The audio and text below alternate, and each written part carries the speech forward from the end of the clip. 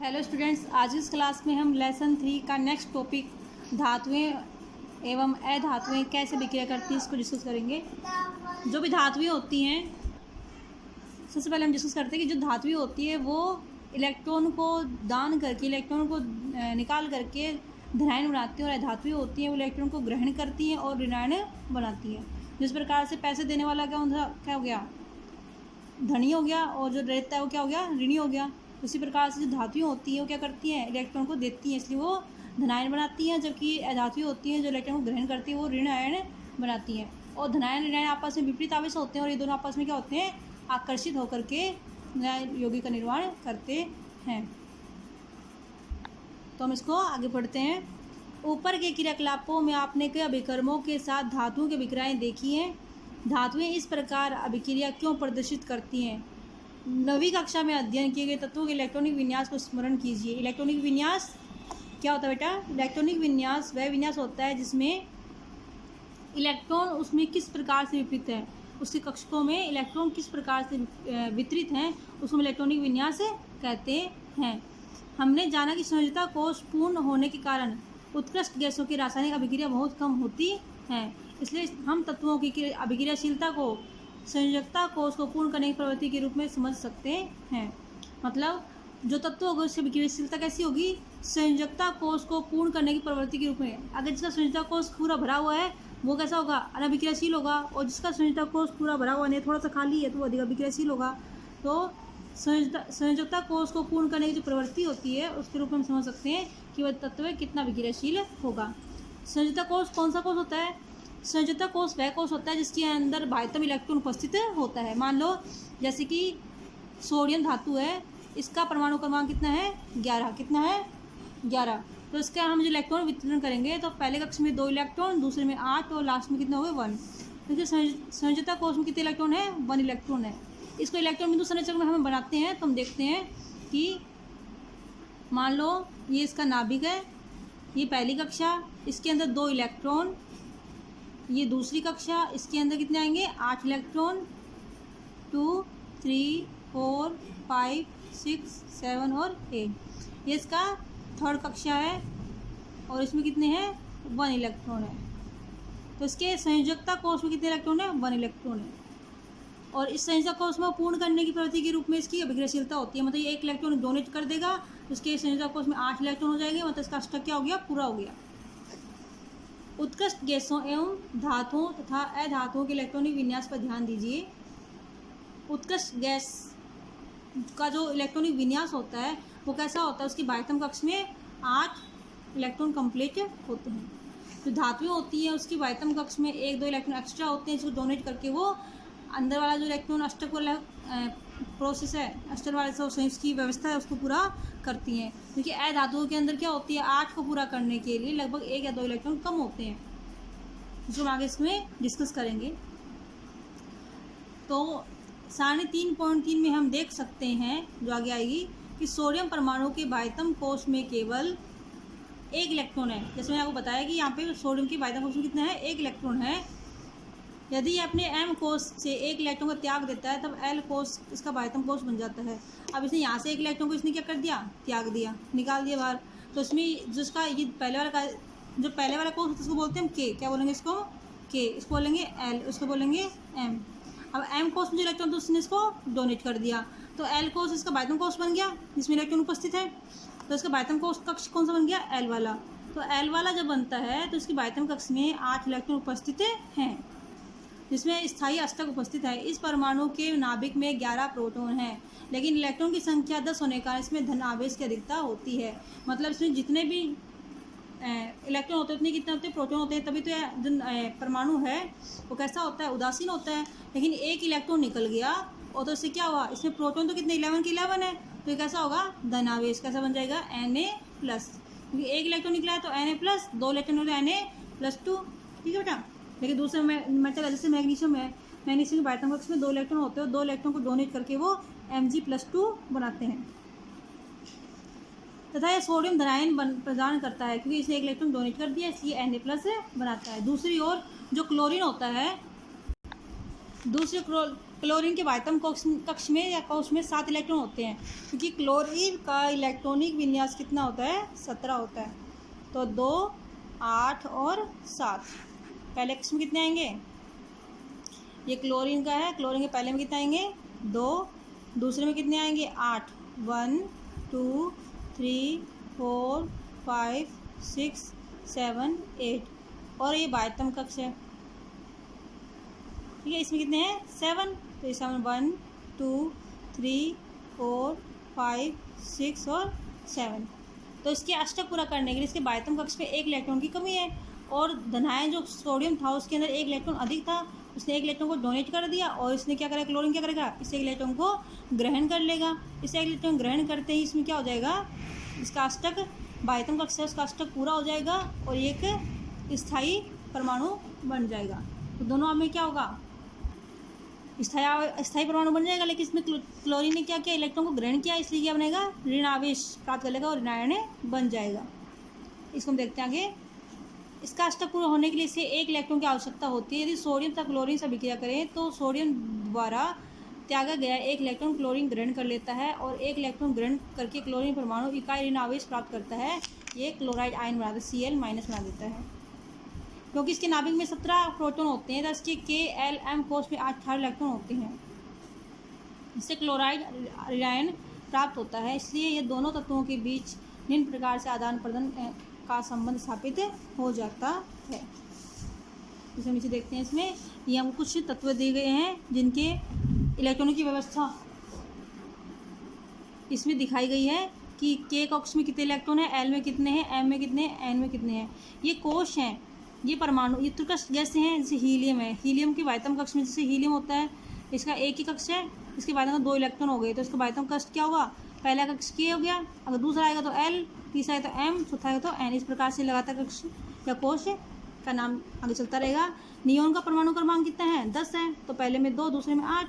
Argon कितना है, 18, 2, 8 और 8। इस प्रकार से इनके बाह्यतम कक्ष में कितने हैं, पूरा भरा हुआ है। ये इसके अंदर पहले कक्ष में 2 इलेक्ट्रॉन आते हैं अधिकतम, दूसरे में 8 आते हैं, तो ये 8 में भरे हुए हैं। तो ये कैसे हो गए, अनअभिक्रियाशील गैसें हो गई। जो कि धातुओं के अंदर क्या होता है, बाह्यतम कक्ष में होते हैं इलेक्ट्रॉन 1 2 3। कितने होते हैं, 1 2 3। मान लो सोडियम के बाह्यतम कक्ष में 1 है, मैग्नीशियम के बाह्यतम कक्ष में कितने हैं, 2 है, एल्यूमिनियम में कितने हैं, 3 है, पोटेशियम में कितना है, 1 है, कैल्शियम में कितना है, 2 है। तो ये एक 3 इलेक्ट्रॉन को डोनेट करके धनावेशित आयन बनाते हैं। और जो अधातुएं होती हैं इसके बाह्यतम कक्ष में इलेक्ट्रॉन क्या होते हैं, अष्टक पूरा करने के लिए कुछ इलेक्ट्रॉन की आवश्यकता होती है। जिसके बाह्यतम कक्ष में कितने इलेक्ट्रॉन हैं, नाइट्रोजन के कितने हैं, 5 हैं, तो ये 3 इलेक्ट्रॉन ग्रहण कर सकता है। ऑक्सीजन में कितने अच्छे हैं, तो ये 2 इलेक्ट्रॉन ग्रहण कर सकता है अपना अष्टक पूरा करने के लिए। क्लोरीन में 7 है, तो 1 इलेक्ट्रॉन ग्रहण करेगा। इसी प्रकार से फास्फोरस में कितना है, 5 है, 3 इलेक्ट्रॉन ग्रहण करके ये अपना अष्टक पूरा करेगा। इसी प्रकार से आगे वाले 6 हैं, तो ये अपने 2 लेगा, और ये 7 है तो ये 1 लेगा। इस प्रकार से एक इलेक्ट्रॉन 1 2 जो भी आवश्यकता होती है इसके अष्टक पूरा करने के लिए उतने इलेक्ट्रॉन को अधातुएं ग्रहण करती है, और धातुएं उतने इलेक्ट्रॉन को डोनेट करती हैं जिनको अष्टक पूरा करने के लिए इनको चाहिए होते हैं। आप देखते हैं जो ऋणायन और धनायन वो किस प्रकार से अपने यौगिक बनाते हैं। जैसे सोडियम क्लोराइड है, सिंपल सा एग्जाम्पल है सोडियम क्लोराइड, वो किस प्रकार से बनता है। तो पहले हम देखते हैं सोडियम आयन कैसे बनता है। सोडियम आयन था Na2H1, तो इसने 1 इलेक्ट्रॉन डोनेट कर दिया और क्या बन गया, Na+, क्या बन गया, Na+, इलेक्ट्रॉन यहाँ पे आ गया सोडियम धनायन। और उसी प्रकार से क्लोरीन था, जो क्लोरीन था इसका 2H7 था परमाणु क्रमांक, फिर बाह्यतम कक्ष में जो इलेक्ट्रॉनिक विन्यास है इसका 2H7 है, इसने 1 इलेक्ट्रॉन को और ग्रहण कर लिया जो इसने सोडियम से डोनेट किया था, तो क्लोरीन क्या बन गया, ऋणायन बन गया, और 2H8 इस प्रकार से इसका इलेक्ट्रॉनिक विन्यास कंप्लीट हो गया। अब जो ऋणायन था ये धनायन था और ये ऋणायन था, तो आपस में दूसरे क्या करेंगे, आकर्षित करेंगे। क्या करेंगे, आकर्षित करेंगे। तो ये धनायन इसको आकर्षित करता है और ये क्या बन जाता है, एक सोडियम क्लोराइड, एक यौगिक का निर्माण हो जाता है। तो इसमें देखते हैं विपरीत आवेश होने के कारण सोडियम तथा क्लोराइड आयन परस्पर आकर्षित होते हैं तथा मजबूत स्थिर वैद्युत बल से बंधकर सोडियम क्लोराइड के रूप में उपस्थित रहते हैं। ध्यान देने योग्य बात है कि सोडियम क्लोराइड अणु के रूप में नहीं पाया जाता, बल्कि ये विपरीत आयनों का समुच्चय होता है। ये एक अणु के रूप में नहीं मिलेगा कि इसके अंदर सोडियम और क्लोराइड का अणु मिल जाएगा, नहीं, ये विपरीत आयनों का समुच्चय होता है, यौगिक का निर्माण करता है। आगे देखते हैं इसमें हम अब हम यहाँ पर एक और उदाहरण लेते हैं आयनिक यौगिक का, मैग्नीशियम क्लोराइड का। तो मैग्नीशियम किसका जो परमाणु क्रमांक कितना है 12, कितने हैं 12, और जो इसको इलेक्ट्रॉनिक डिस्ट्रीब्यूशन करेंगे तो पहले इसमें 2, दूसरे में 8 और दूसरे में 2, टोटल कितने हो गए 12। इसी प्रकार से जो 2 भाइब्रम कक्ष में इलेक्ट्रॉन है, ये 2 इलेक्ट्रॉन क्या हो जाते हैं डोनेट हो जाते हैं, तो इसमें मैग्नीशियम +2 धनायन बन जाता है, मैग्नीशियम धनायन बन गया। अब क्लोरीन के अंदर क्या है, एक इलेक्ट्रॉन आवश्यक है, तो क्लोरीन के 2 परमाणु होंगे जो एक एक इलेक्ट्रॉन ग्रहण कर लेंगे, और एक एक इलेक्ट्रॉन ग्रहण करने के कारण क्या होगा MgCl2 मैग्नीशियम क्लोराइड का निर्माण होगा। क्लोरीन है, इलेक्ट्रॉन ग्रहण कर लिया, क्लोराइड ऋणायन बन गया Cl-, एक इलेक्ट्रॉन ग्रहण किया तो इससे 1-, 2 इलेक्ट्रॉन ग्रहण करेगा तो 2- आएगा। लेकिन एक परमाणु ने एक इलेक्ट्रॉन ग्रहण किया, दूसरे परमाणु ने दूसरा इलेक्ट्रॉन ग्रहण किया, इससे क्लोराइड आयन ही बनता है। तो मैग्नीशियम क्लोराइड का निर्माण इसमें इस प्रकार से होता है। आगे हम देखते हैं, धातु से अधातु में इलेक्ट्रॉन के स्थानांतरण से बने यौगिक को आयनिक यौगिक या वैद्युत संयोजक यौगिक कहा जाता है। इसको हम अंडरलाइन कर लेते हैं। वैद्युत संयोजक यौगिक या फिर आयनिक यौगिक किसे कहते हैं, धातु से अधातु में इलेक्ट्रॉनों के स्थानांतरण से बने यौगिक को आयनिक यौगिक या वैद्युत संयोजक यौगिक कहा जाता है। क्या आप MgCl2 उपस्थित है धनायन और ऋणायन का नाम बता सकते हैं। हम देख सकते हैं ऊपर जो धनायन था वो मैग्नीशियम धनायन था, और ऋणायन था वो क्लोराइड ऋणायन था, दोनों ने मिलकर क्या बनाया मैग्नीशियम क्लोराइड। आगे हम देखते हैं आयनिक यौगिकों के गुण धर्म।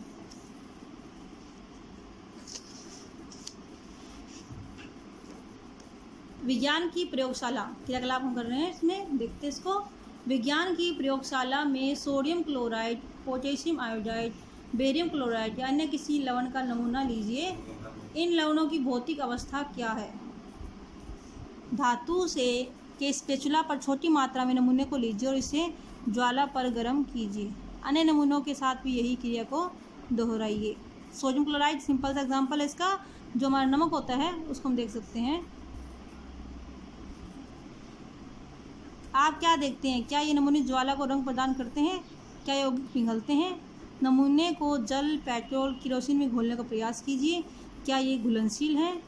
चित्र 3.8 की एक परिपथ बनाइए जिस प्रकार से हमें ये दिखाई दे रहा है, और किसी एक लवण के विलयन में इलेक्ट्रोड डाल दीजिए। आप क्या देखते हैं। इसी प्रकार अन्य लवण के नमूनों की भी जांच कीजिए। इन यौगिकों की प्रकृति के संबंध में आप क्या निष्कर्ष निकालते हैं। जो इनकी पहली भौतिक अवस्था कैसी है इनकी, इसकी कैसे ठोस अवस्था में है, जो ये पोटेशियम आयोडाइड के लिक्विड फॉर्म में होता है, barium chloride solid liquid form में होता है, ठीक है बेटा। इसके बाद में ये जो नमूने होते हैं जो ज्वाला को रंग प्रदान करते हैं, क्या यौगिक पिघलते हैं। इनका गलनांक उतना बहुत अधिक होता है, इसलिए इनको पिघलने में पर्याप्त ऊर्जा लगती है, और ये नमूने होते हैं अलग अलग प्रकार के ज्वाला देते हैं। नमूने को जल या पेट्रोल केरोसिन में घोलने का प्रयास करते हैं, तो ये जो नमूने होते हैं वो जल में घुल जाते हैं, जबकि पेट्रोल केरोसिन में नहीं घुलती हैं, अघुलनशील होते हैं उसके अंदर। परिपथ बनाते हैं तो ये किसी एक लवण के विलयन में इलेक्ट्रोड डाल देते हैं, तो क्या होगा हम देखेंगे जो परिपथ बनाएंगे तो इसमें जो भी लवण का विलयन बनेगा उसमें ये जो बल्ब है, जब परिपथ को हम ऑन करेंगे तो ये बल्ब जलना शुरू हो जाएगा। क्यों, क्योंकि ये सारे जो लवण हैं ये विद्युत का चालन करेंगे। अब हम देखते हैं इसके निष्कर्ष क्या निकलते हैं। कुछ आयनिक यौगिकों के गलनांक एवं क्वथनांक, यहाँ पर आपको आयनिक यौगिक दिए गए हैं, इसके गलनांक और क्वथनांक आपको यहाँ पर दिए गए हैं। पहला है भौतिक प्रकृति। धन एवं ऋण आयनों के बीच मजबूत आकर्षण बल के कारण आयनिक यौगिक ठोस एवं थोड़े कठोर होते हैं। जो आयनिक यौगिक होंगे वो कैसे होंगे, ठोस होंगे, थोड़े से कठोर होंगे।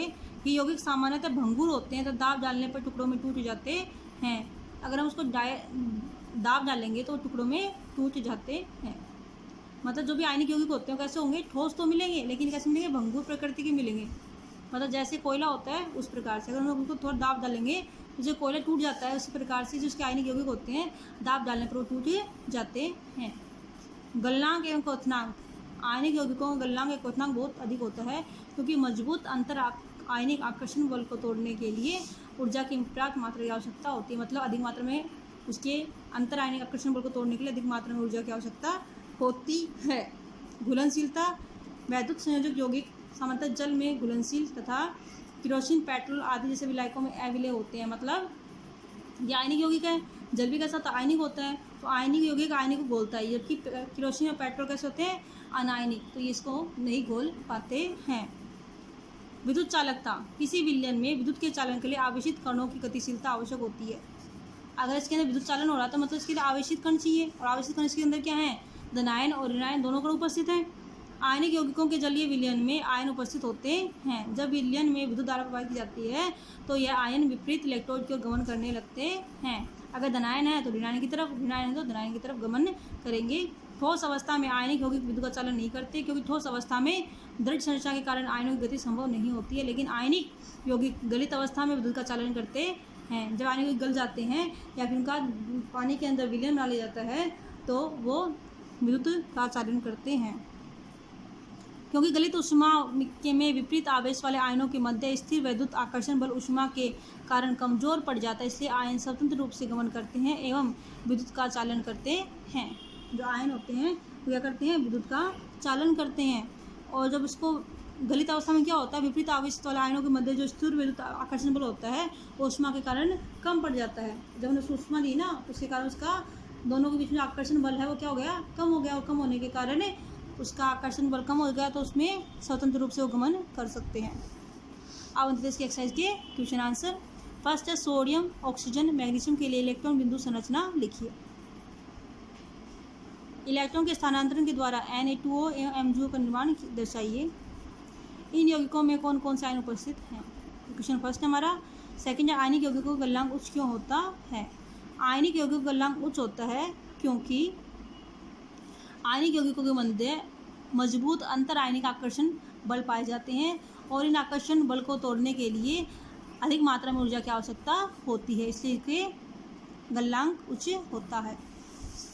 नेक्स्ट है सोडियम, ऑक्सीजन और मैग्नीशियम के लिए इलेक्ट्रॉन बिंदु संरचना। सोडियम का परमाणु क्रमांक कितना है? ऑक्सीजन कितना है? और मैग्नीशियम हमें पता होना चाहिए बात। तो सोडियम का परमाणु क्रमांक कितना है? सोडियम का परमाणु क्रमांक होता है 11। तो इसके लिए इलेक्ट्रॉन बिंदु संरचना बनाएंगे तो इसका इलेक्ट्रॉनिक विन्यास कितना होगा? 2, 8 और 1। कितना होगा? 2, 8, 1। और 2, 8, 1 होने के कारण इसको इलेक्ट्रॉन बिंदु संरचना बनाते हैं। तो इसके नाभिक में पहले प्रथम कक्ष है के, इसमें 2 इलेक्ट्रॉन, दूसरे में कितने होंगे? 8 इलेक्ट्रॉन, और तीसरे में कितना होगा? 1 इलेक्ट्रॉन। जो मैंने पीछे देखा था वो इसकी इलेक्ट्रॉन बिंदु संरचना बन गई है। फिर दूसरा है ऑक्सीजन और मैग्नीशियम के लिए, ऑक्सीजन के लिए और मैग्नीशियम के लिए। मैग्नीशियम का परमाणु क्रमांक कितना होता है? 12। तो 12 तब वो कैसे बनेगा? जिस प्रकार से बना उसी के अंदर ये 11 है, इसमें एक और कर देंगे तो ये हो गया इसका मैग्नीशियम का। ठीक है। और ऑक्सीजन का कैसे बनेगा? ऑक्सीजन का परमाणु क्रमांक कितना होता है? 8। कितना होता है? 8 होता है। तो उसकी वायतम कक्ष में कितने इलेक्ट्रॉन आएंगे? पहले में आएंगे 2, दूसरे में आएंगे 6। तो इस इलेक्ट्रॉन बिंदु संरचना कैसे होगी? पहले के अंदर 2 इलेक्ट्रॉन और दूसरे के अंदर 6 इलेक्ट्रॉन। 1, 2, 3, 4, 5, 6। ठीक है बेटा। अब इसने पूछा है कि इलेक्ट्रॉन के स्थानांतरण के द्वारा Na2O एवं MgO का निर्माण दर्शाइए। अब जैसे कि इसके अंदर 6 इलेक्ट्रॉन है, इसके अंदर कितने हैं? 6। और इसके अंदर क्या होगा? 2 इलेक्ट्रॉन मिल जाएंगे इसको, तो इसका अष्टक पूरा हो जाएगा। और मैग्नीशियम है, ये इसकी बाध्यता कितनी है? 2 इलेक्ट्रॉन है, तो ये इसका अष्टक पूरा हो जाता है। तो ये क्या करेगा? Mg प्लस 2 इलेक्ट्रॉन क्या बन जाता है? Mg plus 2। ठीक है बेटा। और इसके बाद में जो ऑक्सीजन है, ऑक्सीजन इसके अंदर प्लस 2 इलेक्ट्रॉन क्या बन गया? O minus. ये ऑक्सीजन है, ये इलेक्ट्रॉन इससे रिएक्शन करेगा तो क्या बन जाएगा? ये इलेक्ट्रॉन इसमें तो क्या बन जाएगा? Mg। क्या बन जाएगा? Mg plus 2 plus O। ये किस में आ जाएंगे? इसके अंदर आ जाएंगे प्लस 2 दोनों। तो क्या बन जाएगा? MgO। क्योंकि इसके अंदर कितने हैं? 2, 4 और 2, 6। 2 इलेक्ट्रॉन इसने यहाँ दे दिए तो कितना MgO बन जाता है। इसी प्रकार से Na2O का आप खुद बनाओगे। इन यौगिकों में कौन से आयन उपस्थित हैं? तो इन यौगिकों के अंदर मैग्नीशियम ऑक्साइड के अंदर मैग्नीशियम और ऑक्साइड आयन उपस्थित है। मैग्नीशियम धनायन और ऑक्साइड ऋणायन, और Na2 के अंदर सोडियम धनायन और ऑक्साइड ऋणायन उपस्थित है। आज की क्लास में इतना ही करेंगे, नेक्स्ट क्लास में आगे का काम। ओके बेटा, थैंक यू।